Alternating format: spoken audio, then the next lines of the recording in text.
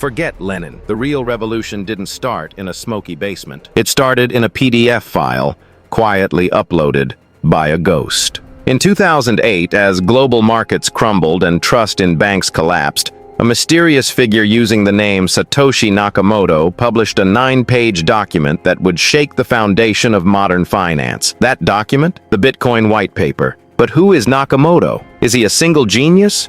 A group of cryptographers? Or something else entirely? And if he really created Bitcoin, where did he go and why? In this documentary, we dive deep into the origin, identity, motives, and mysterious disappearance of the creator of Bitcoin. What we uncover will change how you view money, power, and the future of the global economy. The collapse. Before the code. 2008 context. The 2008 financial crisis wasn't just a market crash. It was a collapse of trust. Banks failed. Governments printed trillions. Everyday people lost homes, jobs, savings. Amid the chaos, a post appeared on a small cryptography mailing list. I've been working on a new electronic cash system that's fully peer-to-peer with no trusted third party. Attached was the Bitcoin white paper, authored by someone calling themselves Satoshi Nakamoto. No credentials, no face, no history. The white paper proposed something radical. A decentralized currency system. No banks, no governments, just code. And within months, Bitcoin's code was live. Who is Satoshi Nakamoto? Here's what we know and what we don't. Satoshi claimed to be a man in Japan, born in 1975. But his emails were in perfect British English, with subtle phrases like bloody hard, suggesting UK origins. He coded in C++ with stylistic choices familiar to early cypherpunks. He disappeared by 2011, without ever revealing a face, voice, or even showing up to a Bitcoin conference. Some clues. His timestamps show activity during UK daytime hours, not Japan's. He avoided any mention of personal life, religion, or politics, except when criticizing central banks. He held approximately 1.1 million Bitcoin, currently worth over $70 billion, yet never moved a single coin. So, was Satoshi a lone genius, a group, a state actor, or a cover identity? Let's explore the theories. Who could he be? Hal Finney, the cypherpunk godfather. First person to receive a Bitcoin transaction. Lived in the same town as Dorian Nakamoto. More on him later. Brilliant cryptographer. Died in 2014 from ALS. But his emails showed deep involvement in Bitcoin's early code. Evidence for style-matched, close involvement.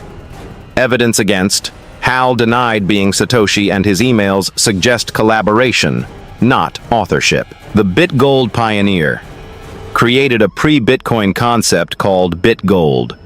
A known libertarian and digital currency advocate. Linguistic analysis showed writing similarities between Szabo's blog and Nakamoto's. Szabo denies being Satoshi, but many believe he's simply protecting his privacy. The self-proclaimed Satoshi, an Australian computer scientist, claimed to be Nakamoto in 2016, with highly disputed and allegedly faked evidence, sued multiple critics, but failed to prove authorship cryptographically. Most of the crypto community considers him a fraud. Government theories, CIA, NSA, or MI6? Some believe Bitcoin's complexity and timing suggest it may have been the product of the NSA or CIA to develop alternative financial systems. British intelligence, due to the linguistic evidence. While no direct evidence exists, Bitcoin's disruption of global finance has certainly attracted government scrutiny. Group theory. More than one. Nakamoto, could Satoshi be a team? The code was clean, suggesting multiple reviewers. Emails and forum posts were written while the code was being developed, suggesting simultaneous authorship and promotion. The Satoshi identity may have been a collective alias for developers protecting themselves from regulatory or legal backlash. A god who disappeared. By 2010, Bitcoin was gaining traction. Early adopters mined thousands of coins for fun. Forums were buzzing. Satoshi was active, fixing bugs, guiding the community, and then he vanished. His last known message came in 2011. "I've moved on to other things. It's in good hands with Gavin and the rest." And just like that, he was gone. No goodbyes, no interviews, no spent coins. It was as if the creator had left the temple he built and locked the door behind him. But his disappearance wasn't just eerie. It created a vacuum of power, of accountability, and of unanswered questions.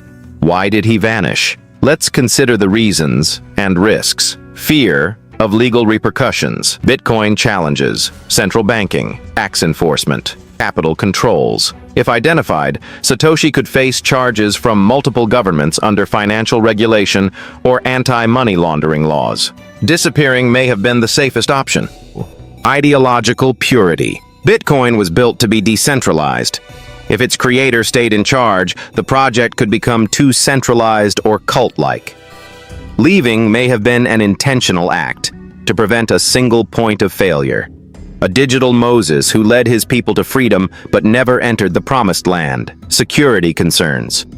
With over $70 billion in unspent Bitcoin, Satoshi is a target for hackers, for intelligence agencies, for rogue states.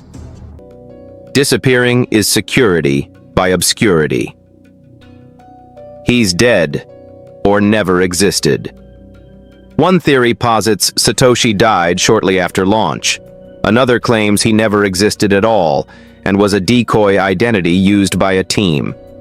No movements of his coins in over 15 years support both theories. The coins that never moved. Here's the most chilling mystery. Satoshi mined over 1.1 million Bitcoin. That's over 5% of the total supply. But in 15 years, not a single one has moved. Not for payment, not for donation, not for profit. Why would someone create the most powerful digital asset in history and never use it? Is it part of a master plan? Was he waiting for a global financial collapse? Or is he simply gone? No one knows. And that silence? It echoes louder than any interview ever could. The ghost in the code. Who is Satoshi Nakamoto? A genius? A group? A ghost? Maybe we're asking the wrong question. Maybe the true legacy of Satoshi is that he doesn't matter anymore. Bitcoin was built to run without him, and it has. Like Prometheus stealing fire from the gods, Satoshi gave humanity a gift and vanished into myth.